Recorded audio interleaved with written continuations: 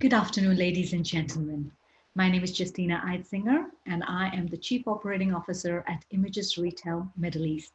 And on behalf of our entire team, it is my honor to welcome you today to this virtual roundtable on retail's roadmap to recovery, powered by Zebra Technologies.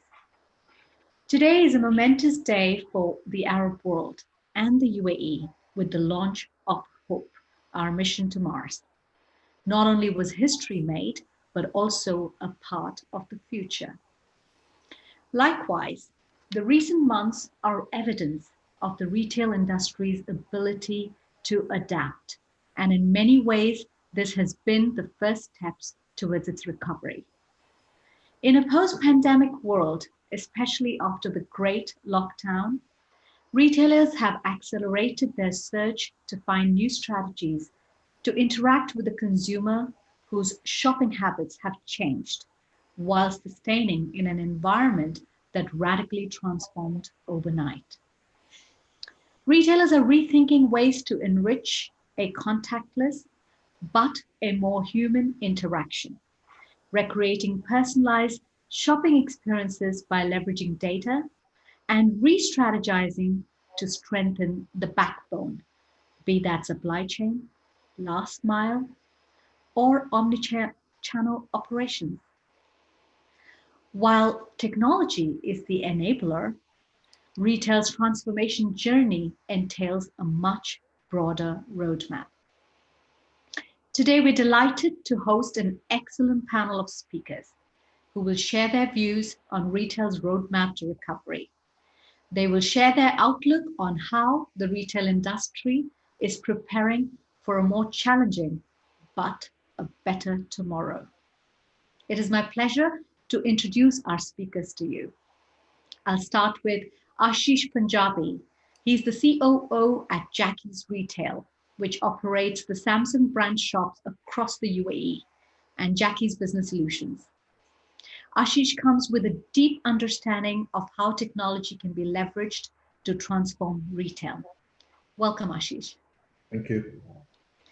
Our next speaker is Piyush Kumar Chowhan, Group CIO, Lulu Group International. He's responsible for digital strategy and execution of technology for all its global businesses across 12 countries, including retail, hypermarket, and shopping malls. Welcome, Piyush. Thank you.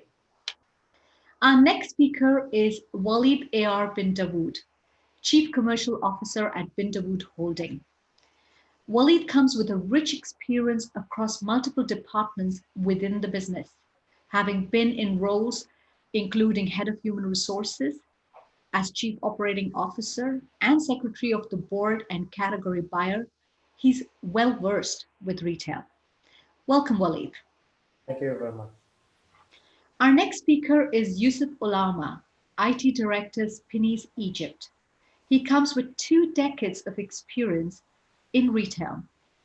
Youssef's experience spans across industries such as retail, FMCG, and automotive, in functions which include IT, operations, finance, distribution, and logistics. Welcome, Youssef. Good morning. Finally, steering the webinar is our moderator, Mark Thomson.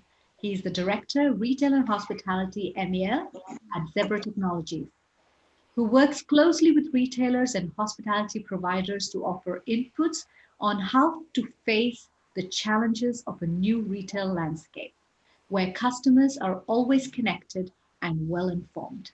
Welcome, Mark. Thank you. I now invite you, Mark, to take the floor and moderate what promises to be an outstanding discussion. Over to you. Fantastic. Thank you, Justina. So let me add my welcome to our wonderful panel of speakers. I very much look forward to your thoughts and comments on the retail industry, where we are right now, what we've been through, and then how we look towards recovery. Retail is an exciting industry to be in. And I think, as with many industries over the last few months, we've had a bit of an electric shock, a shock to the system, which is our friend COVID-19. And it has impacted different retailers and different countries in slightly different ways. The approaches of government have differed across the world. And we are seeing, I guess, probably the single biggest impact on retail globally that we have ever seen since the Great Depression back in the 1930s. Stores closed in many countries, curfews existed, and some stores we hear may never reopen. Retail has to change, and that's probably the biggest single thing or positive that we can look for here, in the sense that COVID-19 may well act as a catalyst for positive change within retail. And it'd be interesting to hear people's views and points upon that. Recovery is not going to be easy. But with initiatives across the world, including the Dubai shopping surprise, I think businesses and governments should be working together to help retail in particular and countries regain success. Opening of travel and tourism, of course, that will also help to drive more retail success. Although I think what the stage we're at right now, it'll take some time for international visitors to regain a bit of travel confidence in order to feel safe in that type of experience. Long-term success will clearly be determined by shoppers and their new behaviors. And certainly around the world, we saw shoppers starting to behave differently, partly forced by the COVID-19 situation. But one thing will be interesting to get people's views on will be, are some of those behavioral change, the shift online, the use of self-service technologies in retail stores, are they going to be more permanent? So without further ado, you'll be very pleased to know we have no presentations. This is not a technology show. This is about retail and retailers' understanding and opinions of how we drive success in our businesses and how we get through in a very much positive way this pandemic. So let's turn to our esteemed panel for their overall views on retail recovery. And I'm going to reach out with the same question to everyone, which is really, as we come through the pandemic, how can retail, in your opinion, start to spring back to recovery? And as part of that, are digital initiatives starting to be accelerated or brought forward? So I'm going to start with Ashish from Jacky's and get your view on retail recovery generally. What are you seeing? Thank you, Mark.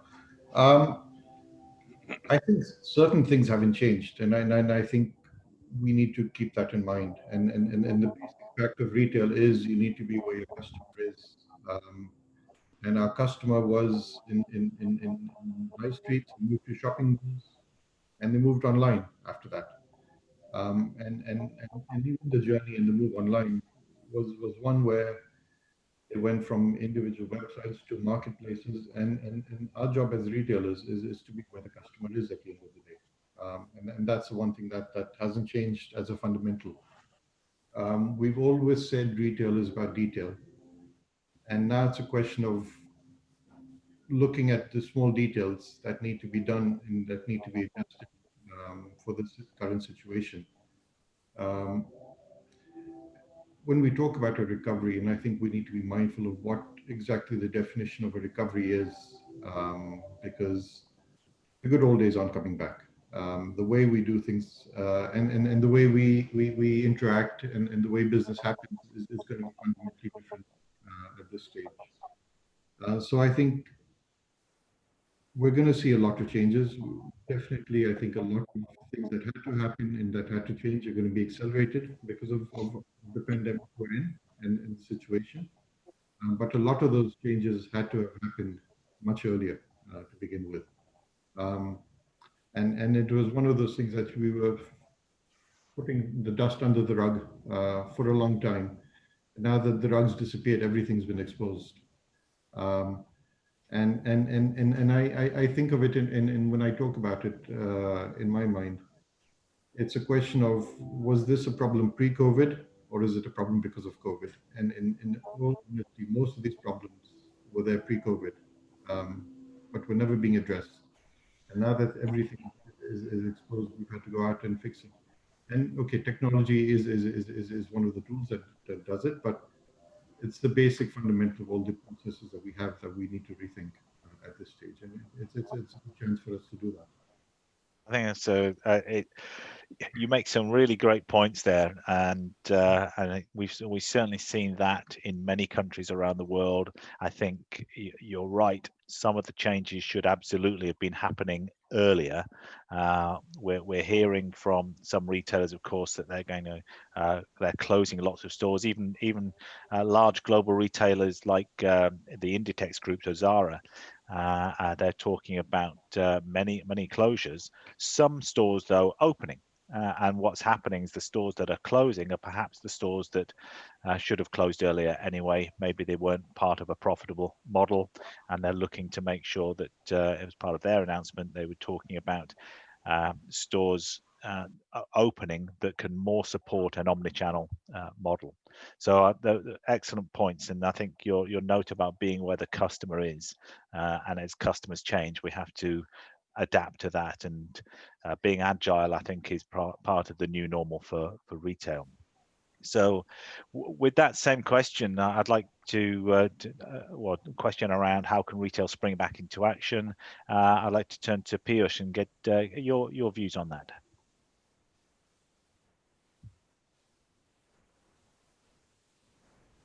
You're on mute right now, Piyush.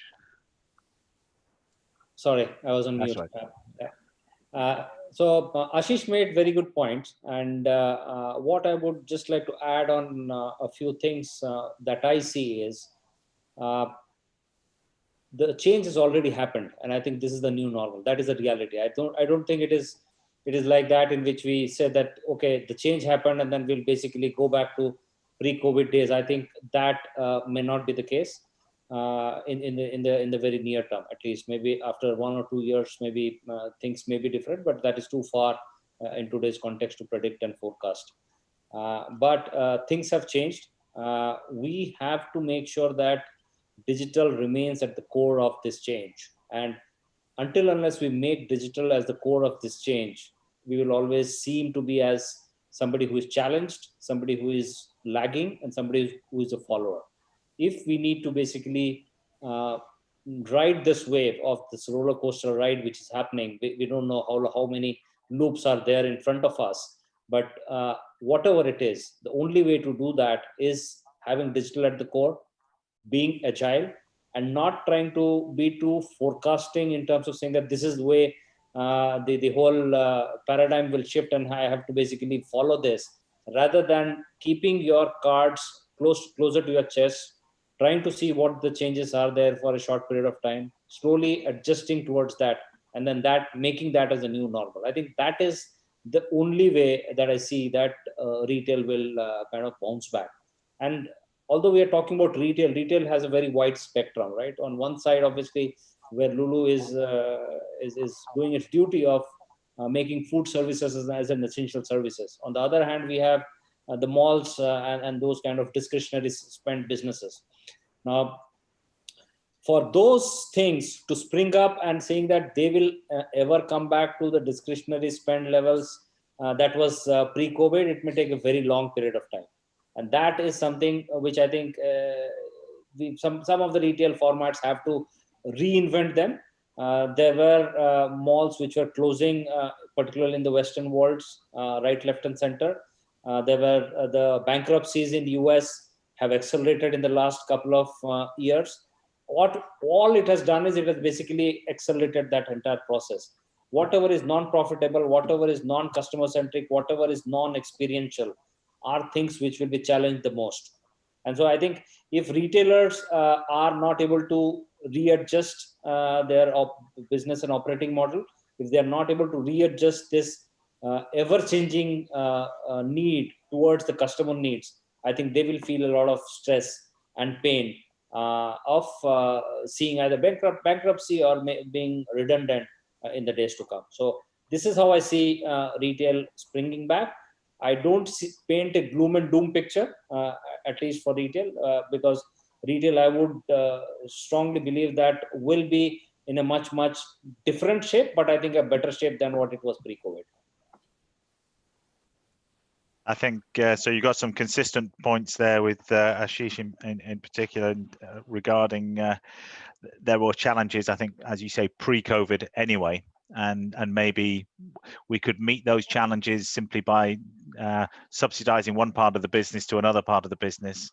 But now those, I think what I was thinking of as you were talking is almost as if COVID has shone a spotlight on our businesses and said, look, these areas that are non-profitable, you have to deal with them now.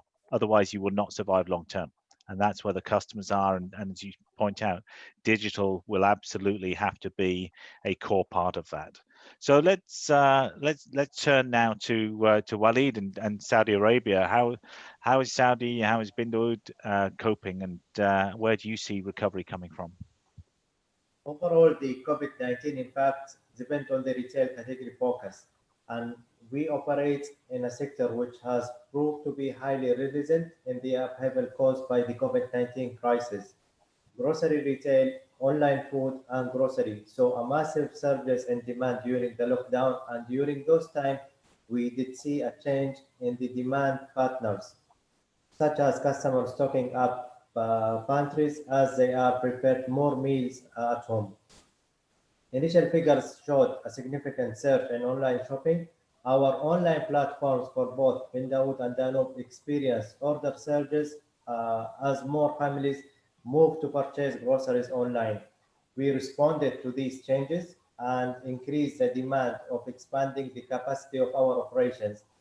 As pioneer of e-commerce grocery in Saudi Arabia, we launched the award-winning Danube online app in 2017.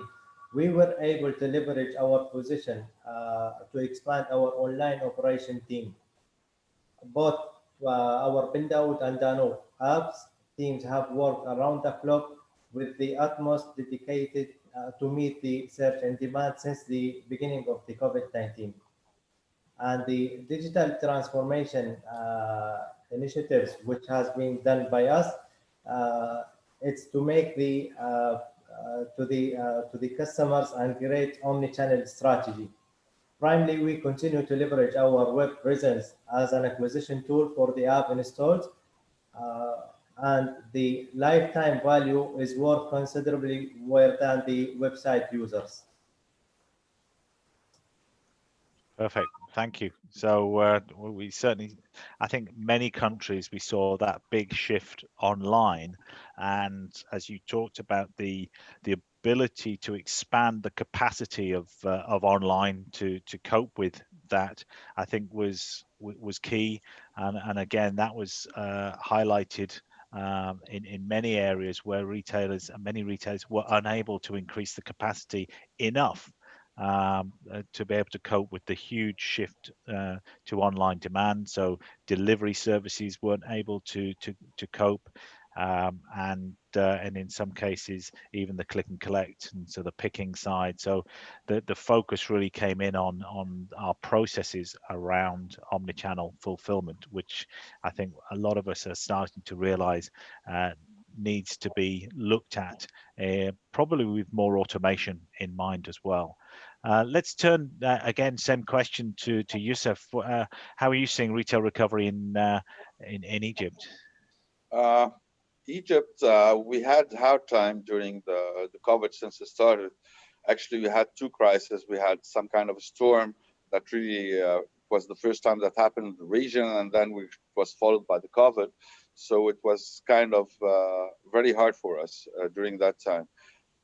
We were lucky that we had some kind of home delivery that was in place, that we really invested a little bit earlier for the delivery services, and then we expedited our online services to have it online as quick. So we had a small committee to expedite the launch of our online shopping program. That was really coupled with our strong loyalty system that was in place. So we had lots of hands-on information about the customers, and we're moving it to the online shopping. We see that the potential for the online shopping is really something that we look forward to. And actually, we had, since the launch of the online shopping, it was really impressed by the numbers and the increase in the orders.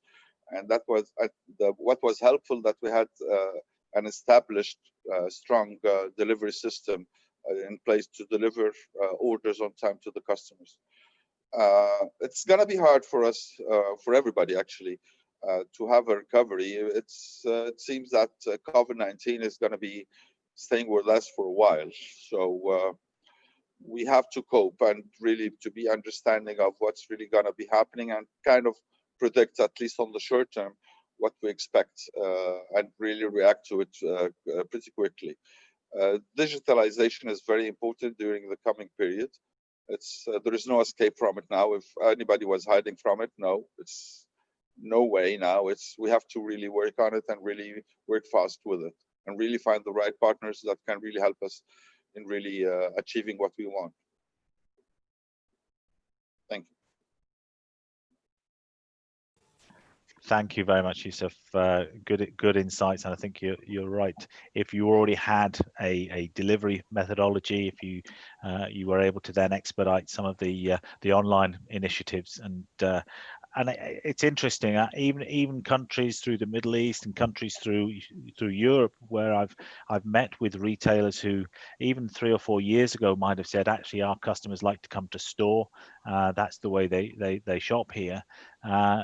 Everybody, I think, has seen that shift of quite a high proportion of customers moving online, and I suspect that many of those customers will continue to shop at least some of their shopping online. So let's move forward with a different question, and I'm going to address this to Ashish Panjabi from Jacky's. Ashish, you've got a large store network. Obviously, as customers react to COVID, they want a more contactless experience, contactless service, and that could be contactless within a store environment, but also the online. How do you think brick and mortar stores should react, should change? I mean, that's a good question, Mark, and I think it's something that we're all trying to figure out at this stage, because the fact is most formats have to adapt to this. Now, in our case, for example, we sell technology in the stores, and there's certain things we can demonstrate online. So a lot of the smartphone functionality, a lot of the features, a lot of those things can be demonstrated online through videos and through a lot of those channels. But the fact is, I want to see how it feels in my hand. I need to pick it up in the store. And that's something that we need to figure out. Now, we can sanitize it. We can make sure the product is clean before the next person touches it. We can do all of that. But then we need to make sure then that the demonstration areas are spaced out, and all of those things start to come in, which means in the longer term, the retail format has to change, and the spacing and all those considerations that we need to think of. Because the alternative is, sorry, in digital, you really can't replicate the entire experience just yet. You think about it in fashion, you think about it in other areas, until you try on something, until you've felt the fabric, you can't really be 100% convinced, and you're sort of thinking, what if this isn't the right choice for me? I bought a pair of shoes for my daughter online the other day, and it turned out it was a half a size too big, but the best deal was on ASOS.com. Now it's a question of, do I ship it back? Do I wait? She's a child, she's going to grow, and she'll wear it one day. But that was something I would have bought probably in the store, and taken her for. So these are definitely things we need to think of. The one silver lining I see, though, is to make a change, you need to have an acceptance for a change to happen. And for an acceptance for change to happen, you've got multiple stakeholders. The biggest opposition to it many times is internal within ourselves as retailers, and secondly with the customers. And I think at this moment, everyone, and as well the landlords and the mall operators we work with, because the rent structures have to then adapt to that. And I think we're at a moment where that acceptance to change is there with everyone, just because of what's happened. So internally, as retailers, we're definitely looking at it. The customers are definitely happy if we can demonstrate that to them. And the third part is the landlords as well, have now realized as well, because suddenly the sizing of a store for F&B is going to be quite different because of the social distancing that has to be there compared to that with other stores. I'm just happy I'm not in the perfume business, because I don't know how I would demonstrate how to smell and put cosmetics on and demonstrate that. But yeah, these are all things that we're going to have to look at and try and find. But with every problem comes an opportunity for someone to fix it. And I think this is the real thing I see, is those are the opportunities out there for people to fix. And I remember this about 5 or 6 years ago. I was in Silicon Valley at a conference, and the CTO of Flipkart was one of the largest e-commerce players in India. It's been since acquired by Walmart. And the CTO of Flipkart was on stage saying, if you have a technology that can help me demonstrate the picture quality on a television, but through a smartphone, we're ready to buy you immediately. Because these are the opportunities that people are looking for answers for. How do I feel the fabric? How do I smell a fragrance? How do I make sure a shoe fits on my foot the right way? And ASOS had fantastic guides in terms of what type of shoes they've been wearing, what size was it, but it was still wrong. So I see that as the opportunity at the end of the day. Yeah, I think you're right, there is an opportunity. There is an opportunity for technology, but I think we will still see brick and mortar survive, and hopefully it survives as a better form of brick and mortar in terms of the experiences. It realizes that actually the physical environment needs to be one where we actually create fantastic experiences, even though some of those in the short term need to be relatively contactless. But if I turn to Piyush now with the I guess Lulu group, it's difficult to be contactless when people are picking up fruit and vegetables. So how can grocery move towards a more contactless world? Is it shifting everything towards self-service? Is that the answer, Piyush? Well, I think more than contactless, the way I see it is more frictionless. Yeah. So customers, as long as you give confidence to the customer that you have all the, let's say, the hygiene parameters in place, and I think most of them have learned how to create a clean store, how to create a hygienic store.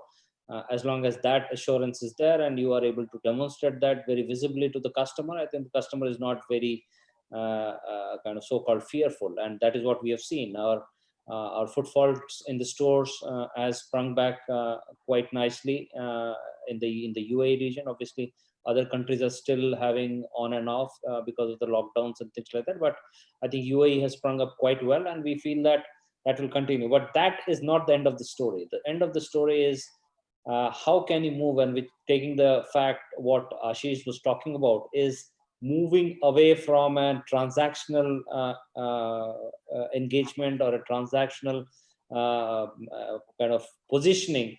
You need to move into an experiential positioning by removing frictions. Yeah, people are talking about online quite a lot, saying that online is going to accelerate. Obviously, online was going to accelerate. So there's no doubt that obviously what would have taken maybe 5-7 years, maybe now it will be 3-4 years, which is all fine.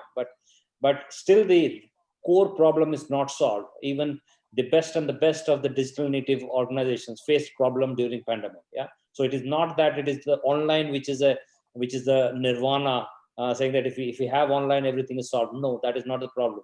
The solution to this is how can you create a digital native retail? Yeah, and that is what is the core of the problem. It is not about physical online and then trying to marry these two together into an offering which the customer is very confused about whether it is an online or is it offline, or it's a mix and hybrid of both. Yeah. So that is an evolution which I see becoming much more stronger, in which we basically try to build something ground up to say that, look, this is an experiential retail era rather than a transactional retail era. Now, when we have an experiential retail era, we want to basically give that best experience to the customer. And as we saw even in the panel, people will have different preferences. So personalization will become a key role. So for example, Ashish was very clear when he gave this example about the shopping of the shoe. There would be somebody who would say that that's fine, it's okay, I got the convenience of it, and I will have it at a later point of time. But there will be somebody who will have that slightly different view. So people will continue to have different views about online and offline. Some people will lean towards one, some people will lean towards the other.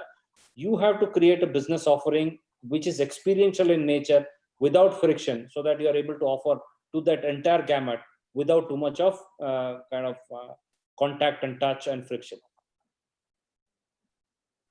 And that word frictionless, I think, has been again one of those that has accelerated. It was already there before COVID, and we had the Amazon Go stores, we had a few other pilots or experiments, and some people viewed frictionless stores as that pure Amazon Go style approach. But I think what you're saying is that actually we should look at the whole of our business. We should look at the interaction with our customers, and we should try and make each element of those interactions, even the bit where they come to store, the bit where they're online, the bit where they get sizing, try and make everything as frictionless as possible, because it's about those reactions. And by doing so, I think you're saying that probably that means we look at digital first as a way of driving the business forward. That excellent points. I'd like to turn to Waleed again now, and in sense of, we talked a bit there about contactless retail, but in Saudi in particular, retail has tended to be very much a family experience. So multiple people going shopping together and enjoying the shopping journey. Do you see that change? Do you see consumption behavior in that respect change? And how are you meeting those sort of transformed demands post-COVID? So BinDawood holding management team think ahead of to leverage the potential opportunities in the long term. These are the key objectives, and we believe in the long term, when the COVID-19 under control, grocery shopping will still remain a family activity. Our stores are focal point to the communities where we serve. Our business model capitalize our growing consumer demand for high quality food products and household items in Saudi Arabia with a competitive price. So we have around 140,000 active products, which we believe that is the highest in the local grocery retail market.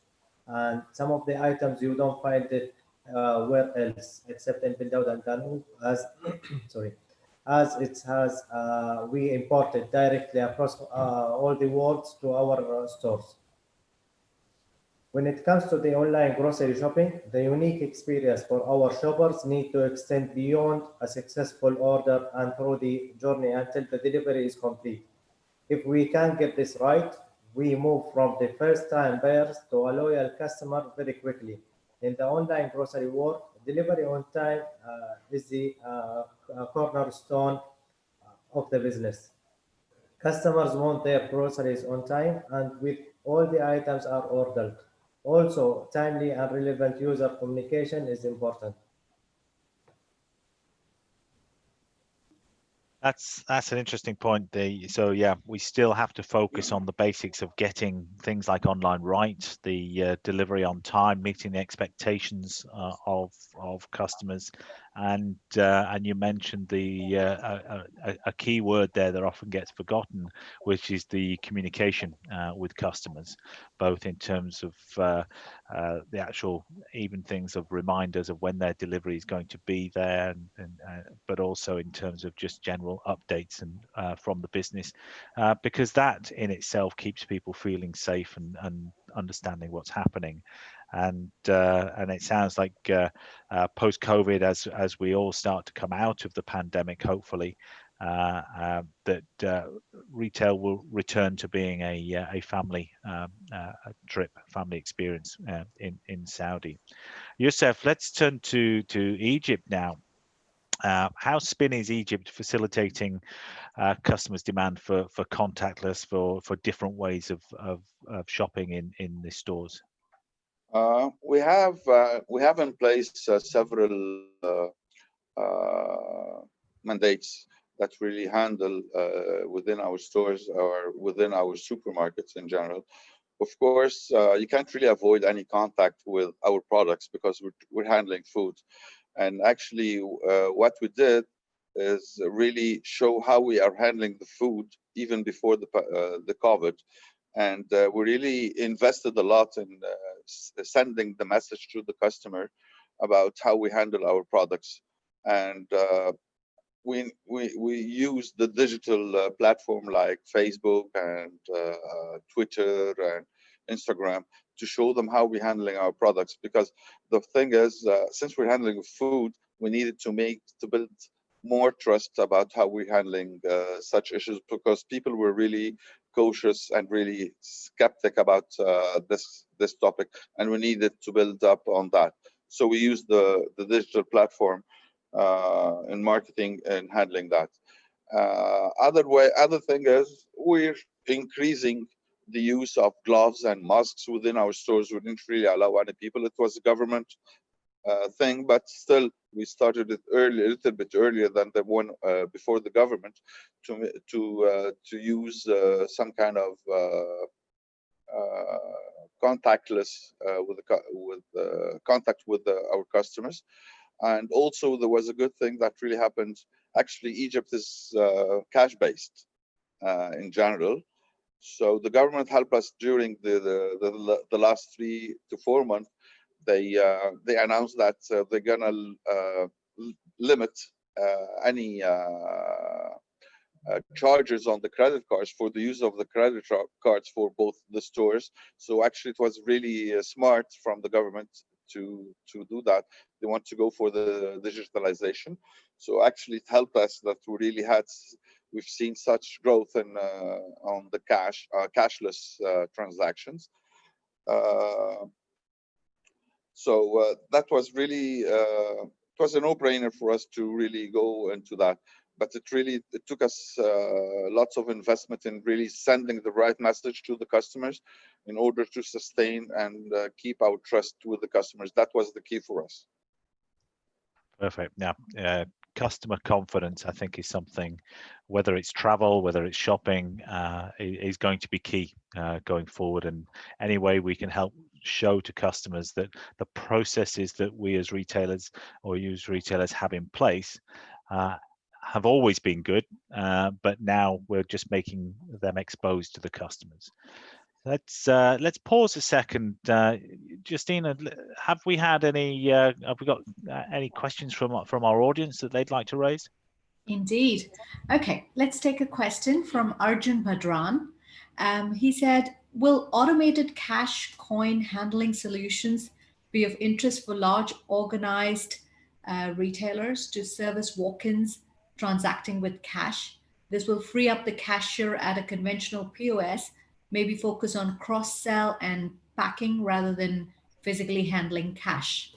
Would any of you like to take this? Yeah. So I think automated cash handling has always been, cash office has always been a key, and automation there has been there for a very long time. So I don't think it is new as of now. The self-checkout, if the question was more towards self-checkout, so obviously there are two parts of cash handling. One is at the point of sale, and one is handling at the cash office. So I think cash office was always there. There are n number of solutions all the retailers have implemented to handle cash much fast and without much contact. On the POS, self-checkout have been there for a long time, and unfortunately, because of the friction, so I think the adoption of that has not been that high.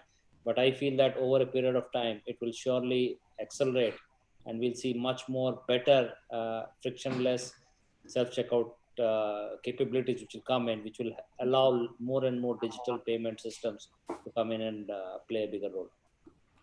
Nice. I'd like to answer that as well. And I think the bigger opportunity that's come with COVID is everything has moved forward 10 years. Things that maybe would have happened over 10 years ago have now moved forward. And we're talking of actually moving towards cashless. I think a lot of us were forced into using mobile payment solutions, which we maybe were a little uncomfortable about 4 months ago, 5 months ago. But suddenly that comfort came in using that at this stage. Now, the next step of how do we go cashless is, how do I give my driver money to go spend, or to my nanny or to my kids? I have to give them cash at this stage because the banks here won't let me give my kids a credit card. I still have to wonder how to do that. And I think that's a problem that's going to get solved very soon as well. We're seeing various wallet solutions come into place. And I think that's actually what we're looking at, because it gives us control. We can digitally manage it. We can get the transparency that we need with it, which we don't get with cash otherwise. And I think that's going to be the bigger thing that we all look at in the long term. Thank you, Ashish. Did anybody else want to add? Yes, Waleed, please. So in BinDawood Holding, we have a wide range of electronic payments or cashless payments. So we have Mada, we have Apple Pay. A research came out from, sorry, a research came out from the MasterCard Saudi Arabia that the population are moving to contactless payments, and we scored at 57. So with the COVID-19, that helped us a lot to go and transform the payment to the contactless payments. And we are glad to be one of the first retailer in Saudi Arabia who got approved by Apple to be the first to launch the Apple Pay Methods Pay. Wow, amazing. Thank you. Okay. Perfect. Thank you, Justina, for that question. Let's move on to, I guess, a couple of other topics as time is moving forward. And I want to come back, actually, Ashish. We talked a lot about, you talked about retail's moved forward 10 years. And one of the things as we move to a more digital retail experience, both online and in store, is data. Are you using data, and can you see more data and customer analytics being used in the future, and how is that going to impact the conversion rate for customers? Yeah, well, I think the big advantage online always had over offline retail was the fact is they had a lot more data. And I think in physical retail, we're starting to accept and adopt a lot of that as well. The fact is there is a huge opportunity. And the other hat I wear on the business solution side of the business is if I think of the optimal customer experience, is they should be able to walk into a store and if there is the right technology in there, they can recognize who's in the store. You could have a robot make a recommendation in terms of what would appeal to that customer, alert the store staff that that particular customer is in the store, have a human attendant, take them through the process, and get the whole checkout and payment done. Today, what happens is we all have loyalty programs. We only find out who the person is when they're paying at the cash till. And that's far too late. And we've missed out on everything else in between. Whereas the moment you land on a website, and you've been on an Amazon website earlier, they know exactly what you've been doing. And they've mined everything and they've put it all up on the front page and showed it to you. And they've been sending you alerts on your smartphone with notifications. That's where we've been missing out as physical retailers. And with the data, we can start to do this. Now, the other big opportunity is we're talking blended retail. So now it's no longer, are you an online retailer, are you a physical retailer? Retail has always been one. And the fact is, if we combine the two repositories into one, and now we say, how do we take advantage of this? We can move forward, because retail has always looked at essentially three core assets. It was the location of their stores, it was the inventory, and it was the people. Now it's the data as well. And if you add the four of them together, it can be extremely powerful. Absolutely, and just sticking with that to cover sort of one of those points in more detail. You talked about robots and robotics. The robot that welcomes you to the store. Is that the only role for robots in retail, or do you have a view that robots will be used in multiple areas?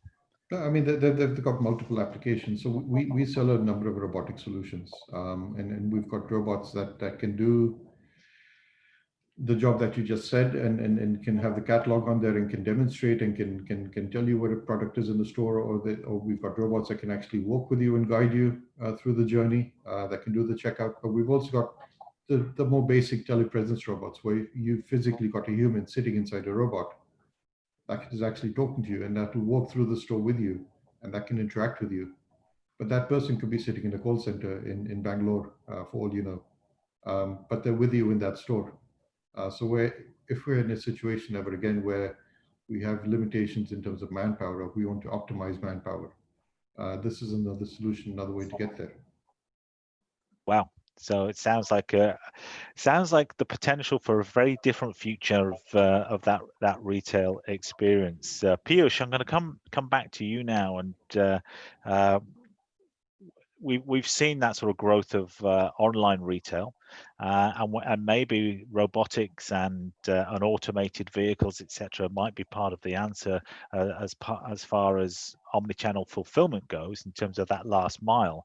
How have you dealt with the last mile? Has it been a challenge, and is it an area that you're focusing on in terms of optimization? Yes, sure. And I think, as you rightly pointed out, e-commerce is although slightly loosely used terms. People believe that it is the customer touch points like the mobile app, the websites, and all those things are e-commerce. Actually, that is just the skin of the e-commerce. The e-commerce is what goes behind it. Yeah, right from the customer places an order till the time it reaches. That is the real e-commerce. Yeah, which is the fulfillment part of it. And what I would say is that pandemic has taught lessons to, I think, each and every one, be it a digital native retailer or a physical retailer. Everybody has been given very nice lessons on how to manage this fulfillment journey. And there are a few things which come out very strongly, is that when you deal with processes, particularly the fulfillment processes, which are people dependent, scalability of those solutions up and down, it becomes very difficult, right? And that is what has been seen worldwide. Yeah, the Amazons of the world, the best Alibabas of the world, any retailer, any digital native retailer you talk about, wherever there were people dependencies, they were not able to fulfill any of the promises which they would have typically done.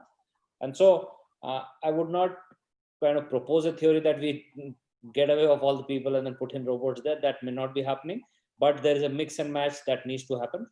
And that has to happen. And I will kind of circle back to the question that you asked, Ashish, as to what will data play a role on. And I think that that is the most critical factor in terms of putting in robotics. Robotics for the sake of robotics. So, for example, Ashish was giving that example of we always think of robots as something which is physical. Yeah, robots could be virtual in this space. Yeah, so there could be virtual things which kind of connotation wise be looking like robots and doing things on the back end which you may not feel but will be delivering an experience. And that is what is more important, and that is where a lot of technology and digital investments need to go in which we say that, look, this is what the avatar is, this is what the retail persona is, and this is what that could translate into, and hence this is the offering that I can make to the customer, be it online, offline, does not matter. Yeah, and that is the nirvana stage, I would say, when you're able to personalize that, saying that, okay, Mark has come in, he likes check shirts, this is what he wants, and this is exactly what I'm giving him. He walks in within 5 minutes out of the store and done. Yeah, that is the nirvana customer journey that everybody is trying to work towards. I don't know how and how many of them will be able to crack it, but I think use of robotics, use of technology, use of data, all these things put together, and obviously paired with the right people element will be the answer to delivering that kind of an experience to the customer. That's a great point. The use of the data to actually make not necessarily just to improve the cost base, but actually to make the experience better for customers and personalize it. And talking about that growth of online, Waleed, in Saudi Arabia, how have you dealt with the online shift? Have you used the store network to support online orders? And have you had to rethink that sort of omni-channel journey to create a more seamless experience? So in BinDawood Holding, we use our store of networks, which is 46 proton marker for Dano and 27 for BinDawood. We use these stores as a warehouse for online sales. Mm-hmm. When you have this much of the stores around the country, that means you have a massive network to support the online orders and sales. And today we are operating from 31 stores, and it's to enhance the experience not only for the employees, even for the customers alike. So everyone is ordering grocery, and to deliver them with it's not about only the selection and price, it's also how he can get the items on very simple way. Perfect. Thank you very much, Waleed. Youssef, I'm going to turn to you again now in terms of Egypt. Change the question slightly and talk a little bit more, I guess, about supply chain. In many countries, we saw empty shelves. There were so many photos and pictures. Even on the main news channels, we saw retail is not often highlighted in that way, but we saw empty shelves and challenges. But we heard from many retailers that actually maybe supply chain wasn't the issue, it was actually just the replenishment speed. So what was your experience with Spinneys?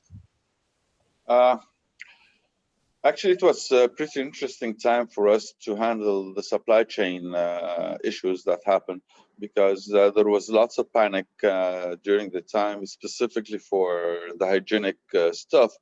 And they were kind of, there was some shortages on the products on the shelves. So we had to work directly with the suppliers and really find a way to really give them insights about how our stocks are and really expedite our deliveries whenever it's possible.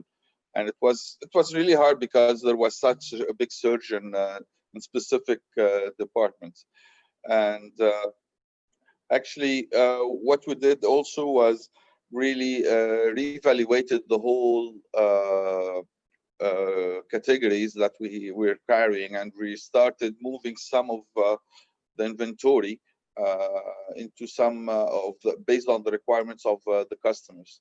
And that was really a hard time because you really needed to get rid of some stocks and really stock up other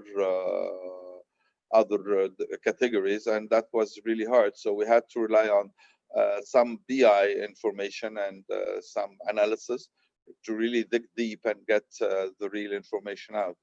And also we had to move quickly in other sense in really getting the information, mass change of prices during the time and cost, because there was big change in both areas, whether in costs and selling prices. So we had to really adapt to that very quickly.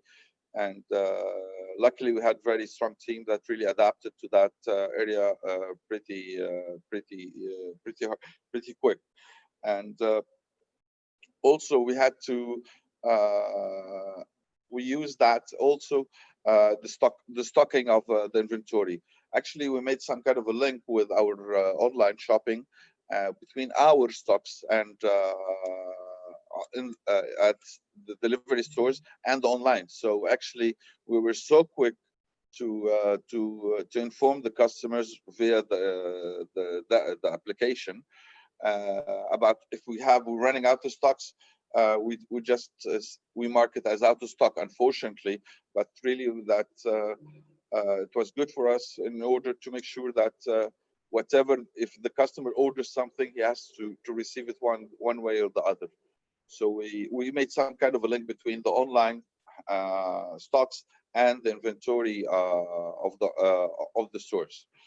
Actually, we also use the stores that we're currently available in as kind of a hubs for the deliveries, and actually we expanded over these areas to deliver into areas that we don't really serve. So actually, it was a good thing for us during that time.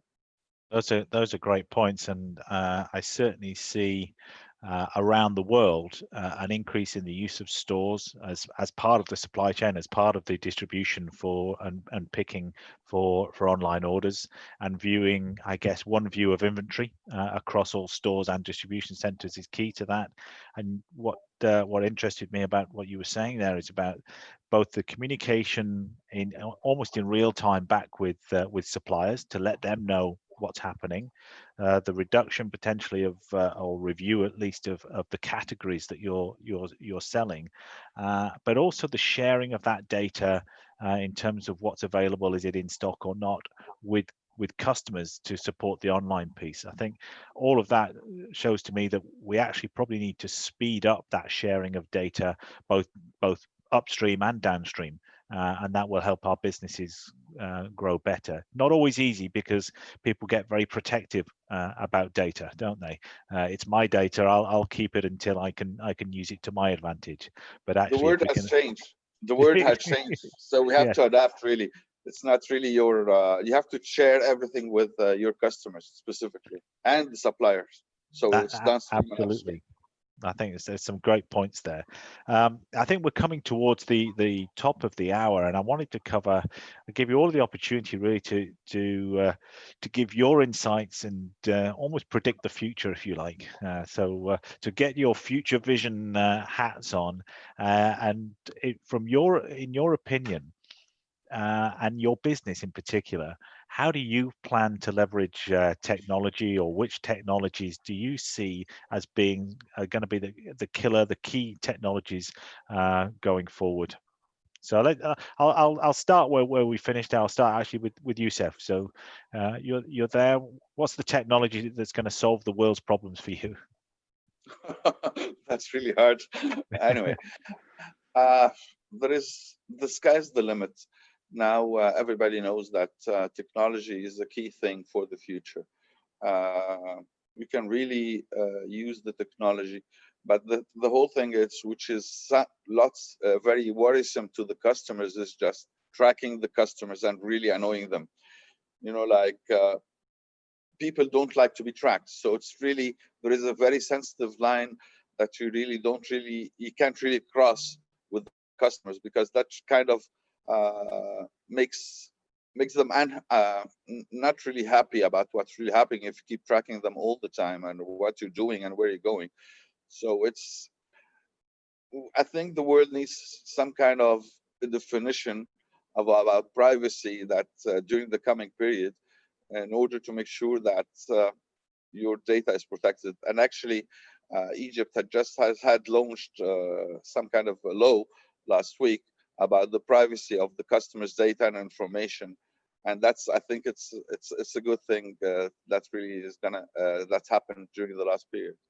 So technology, there is lots of things that you can use technology in order to make your business run much more efficiently.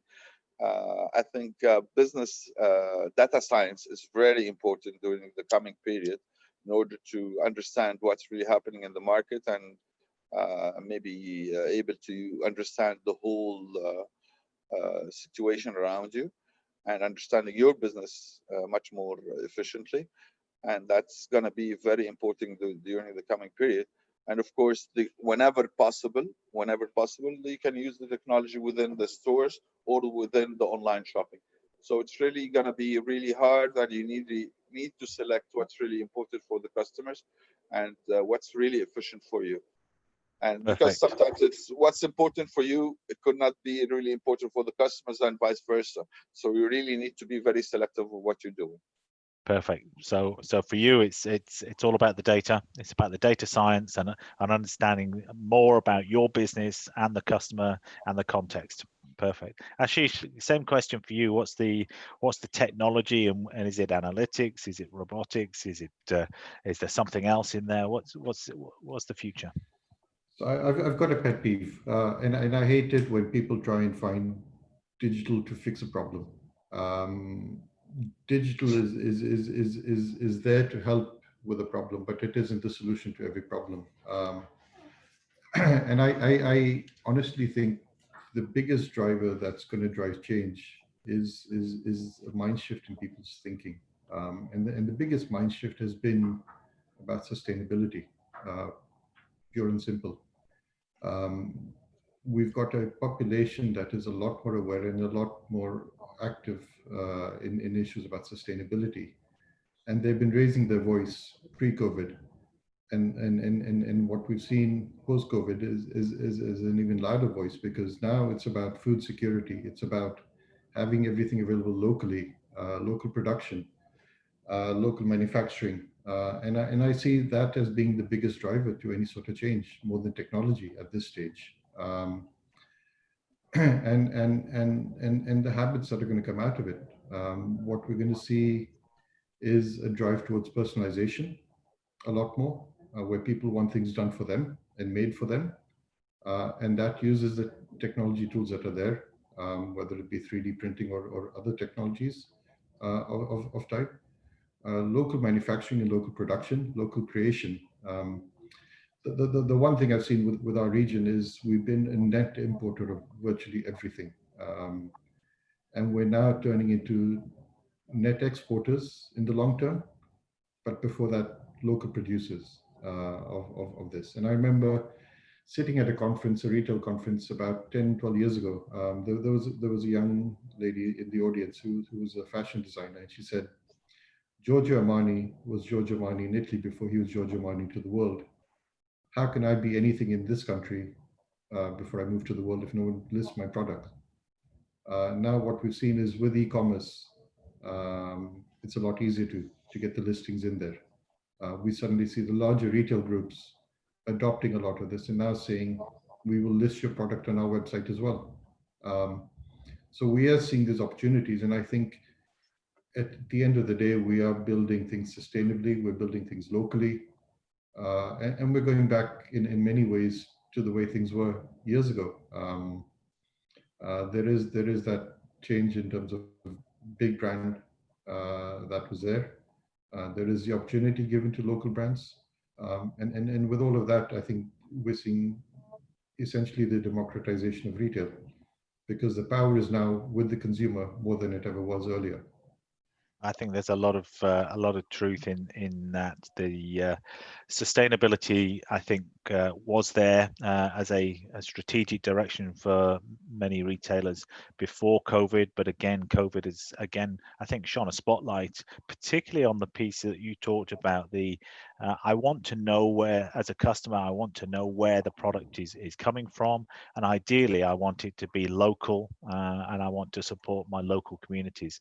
We've seen a growth in that sort of community feel and support across the world, and I'm hopeful that will continue. So thank you for that, Ashish.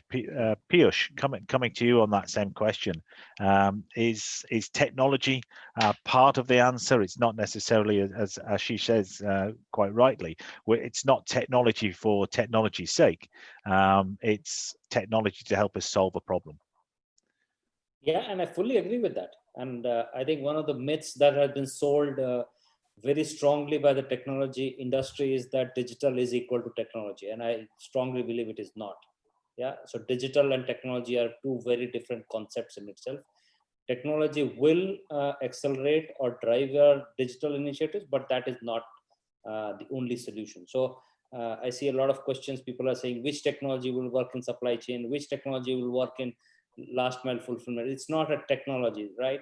It is a adoption of a set of technologies to give a good experience to your customer. Yeah, and that good experience to the customer, while it has been used very loosely, is equal to innovation mindset. Yeah, and that is a scarce commodity in today's context. You have to understand that not many companies are in a position that they are able to innovate. There are a host of companies who innovate, and there are a much larger set of companies which follow. So in a digital world, what is happening is, and I think people should realize, is that the big becomes bigger, the small becomes smaller. Yeah. So the digital divide is becoming very, very vast, and that is why you see the FANG stocks. People are just latching onto them, and the rest of the things are just struggling to even survive. Yeah. So that difference is very much visible even in digital native companies and non-digital native companies. Yeah. So it is not about attaching one technology and saying that I will solve all the problems. It is about having a mindset of innovation. And if I were to basically lay down a simple framework for people, is one of the frameworks for the people is that how can you make data as your new soil? Yeah. So when you build everything around data, you get a very, very different perspective about everything in the way you are touching your customer, in the way you are doing processes within the company. So make sure that you make data as your soil so that you can nurture a lot of processes on top of it. And once you have the power of data, you can put in AI, you can put in ML, you can put in analytics, you can put in RPA, whatever you say. If you kind of make sure that all those things are circled and made as a digital transformation agenda, then you will be able to see that difference and benefit which the technology platforms will provide. Otherwise, the same technology, I can tell you, if I implement same technology in 10 organizations, I'm saying there would be a vast difference in terms of the benefit some organizations may get from one technology, whereas the other technologies that don't make a holistic approach towards it. Perfect. Thank you, Piyush. And I like that analogy of data as your soil. I've heard data as the new oil, but actually I prefer data as soil because oil, if data is oil, once it's used is finished, whereas soil can regenerate. Things grow from soil. So I think so you have to nurture on that soil, and that's where the key mantra lies. That's wonderful. I've learned one new thing, one new phrase I'm going to use from now onwards. Perfect. Waleed, from a Saudi Arabia perspective, and in particular from BinDawood view, what's the answer? What's the future for you? Is it data? Is it a particular technology? Is there something you're focusing on? As we are the first mover as a retail grocery to the online platforms, and today we are the unique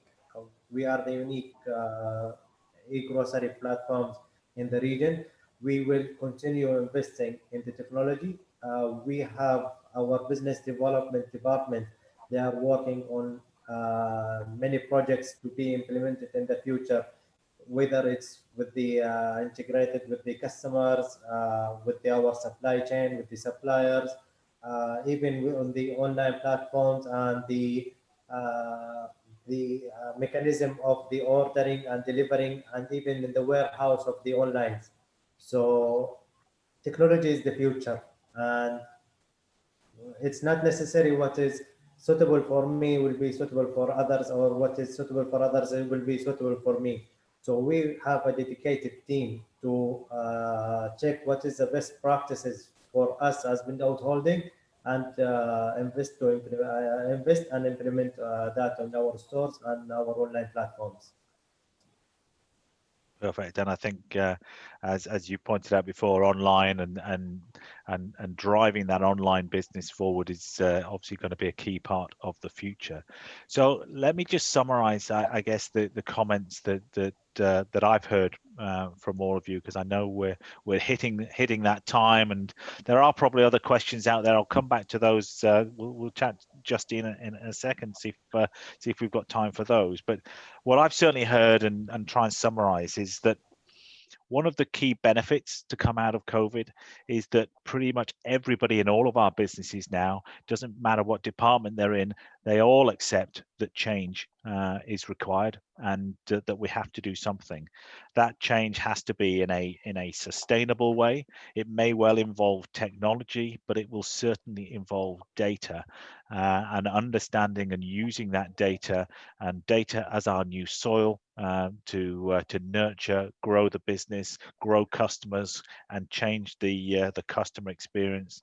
And I think if we look at data, if we look at technology not as the goal or the answer, but as part of an enabling set of solutions to make a better customer experience, then retail will change for the better throughout both the Middle East region, but also the world. So, Justina, are there any particular questions you want to raise from the audience, or I know we're on time? I think we'll take 2 questions if that's possible. Perfect. So Saurabh Arora asks, in your view, what is the appetite for investment for experiential customer engagement in the retail, given the recovery that we're seeing in the region? Given the region collectively is in survival mode with challenges around liquidity, cost containment, etc., where will business place these initiatives on magnitude of priority? Would anybody like to take this?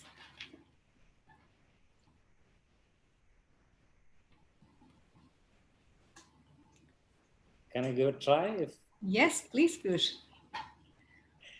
So obviously, one of the things which will, and I think Mark brought it right in the beginning, is that there's a spotlight which is now put on retail to say that there was this view that we can still have a lot of non-so-profitable locations. We can continue to have that, and that the profitable part of the business will keep on funding, and someday we'll see the light at the end of the tunnel. And I think that reality is hitting a lot of retailers very fast, saying that no, that is not the model that we should be working towards. Rather than losing money somewhere, let us take that money out and put it in places where we are making money and make it more experiential. I think that is how reprioritization of business needs to happen. And when people are talking about, let's say, digital will accelerate, and I think there was an article which was published in Retail, which I kind of discussed with your team, is that digital transformation initiatives need to accelerate. Obviously, a lot of people will construe that, oh, there will be a large new budget which will come in for digital transformation. Absolutely not. You have to find the resources from the same budget, maybe from a lesser budget in the future. But the only thing is, how can you be very sharp in your prioritization? How can you be very focused in terms of experience and customer? And that is the only way you will be able to find money to divert that into and making retail more experiential, rather than saying that, okay, now I need a much bigger budget. That may not happen in the near time or the near future. Thank you, Piyush. That's amazing. Anybody else would like to take this?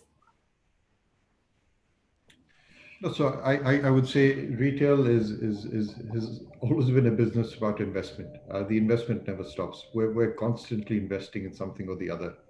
Now the priority on an investment was always based on the necessity of it at that particular stage, and the value to drive as a result of that.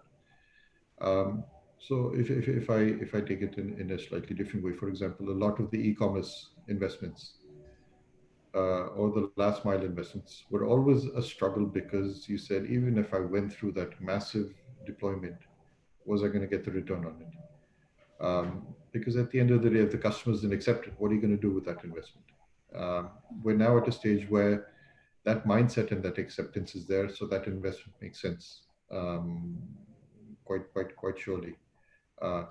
And I think this happens with any sort of investment that has to come in at that stage. Is we look at it, because as retailers, the investment cycle is not going to stop. We're going to always have something next that we have to put money on. And it's a question of how far up the pecking order does it get, and how do we make it show the return and the value it's going to give us. Thank you, Ashish.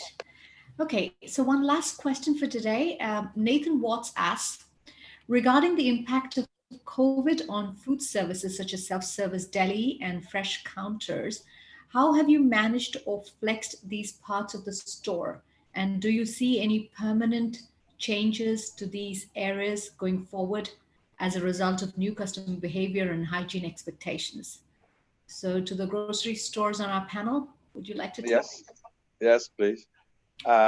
Actually, this is a very good question. There is a big change in that area, specifically for fresh products, and so we started using pre-packs rather than loose products, which was really adaptive or required by the customers. So and they made them much more at ease whenever they purchased our products. So that's a big change, and actually there is a big change in the customer habits in general. It's not even the fresh and deli. Even people are moving more into the frozen products rather than the fresh. That's really something which is happening.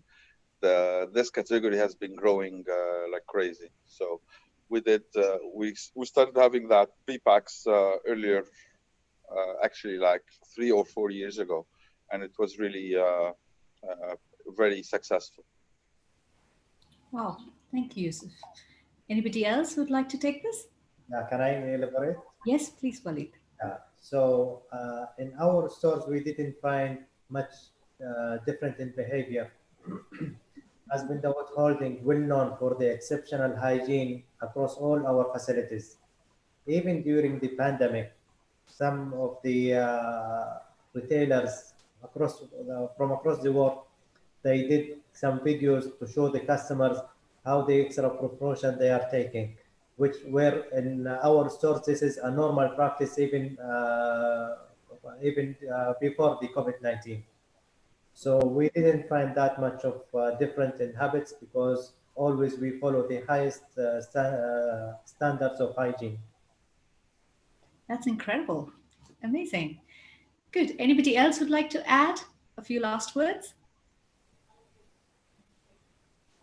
I think if there's no more points on that, I would just at this point I'd probably join you, Justina, in thanking the various speakers for their honesty, their time, and their opinions. I'd also like to thank very much Retail Middle East for facilitating this session.